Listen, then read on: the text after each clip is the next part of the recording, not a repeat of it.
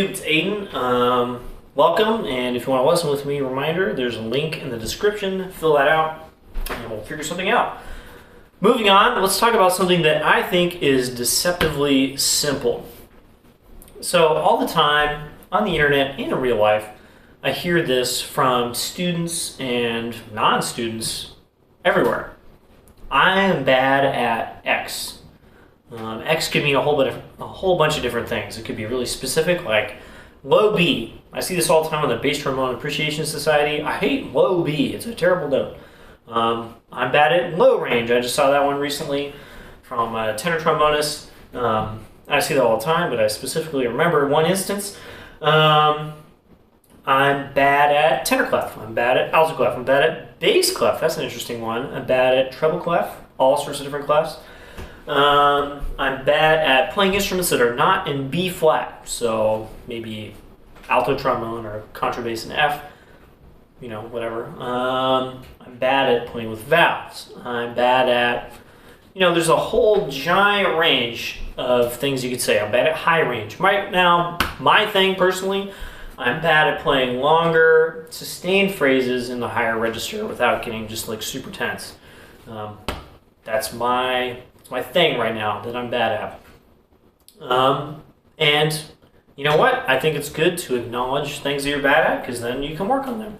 Problem is, I find that people will accept these things as just kind of a fact, and then that's it. They're like, they're done. I'm bad at this, and that's how it is.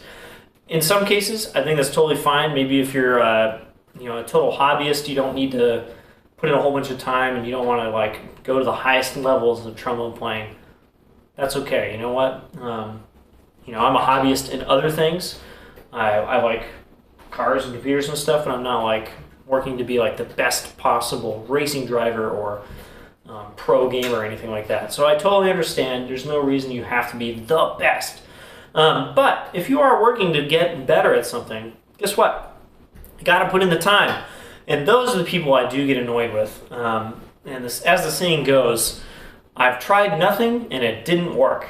And I feel like that applies to a lot of situations where people are like, oh, I'm really bad at tenor clef. I'm going to write this whole thing out from tenor clef to bass clef so I can play it. And it's like, well, have you even tried just reading it in tenor clef? Did you even try? Have you tried playing low Bs? Just, nice and relaxed way, kind of glissing down from D or something, or, slurring up from pedal B flat or something? Have you tried anything?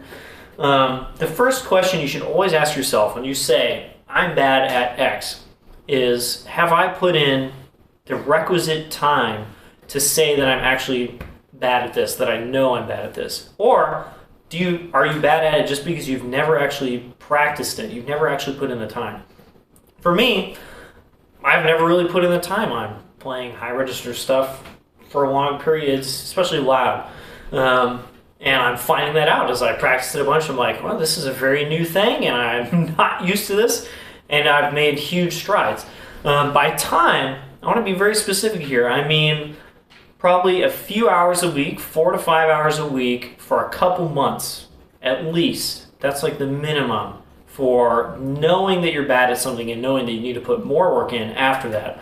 If you have put in that a couple hours a week, 3 or 4 hours, 4 or 5 hours a week for a couple months, so a nice long period to actually adjust and get used to things, if you have put that time in and it still isn't working, then now it's time to get lessons or try something different,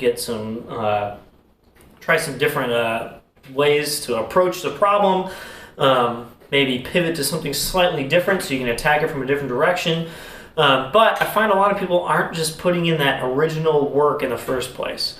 So one of the things that I saw recently was this guy was just like, yeah, I play tenor trombone and my low range has just never been good, so I sold my bass trombone.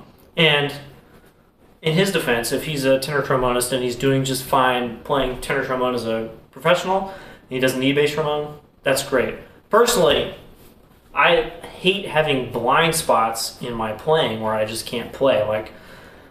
Right now, for me, that's high range. I hate having that blind spot, so I'm working on it really hard to make that not a blind spot. But maybe for him that works.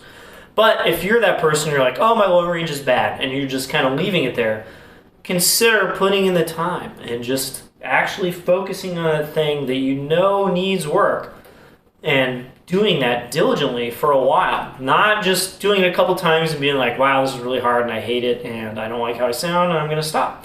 And I'm just going to accept that I'm bad. Dig into it, kind of get rid of the ego for a little bit, and just put in the time. And I think a lot of people will find out they're actually not bad at these things that we say we're bad at. See you guys next time.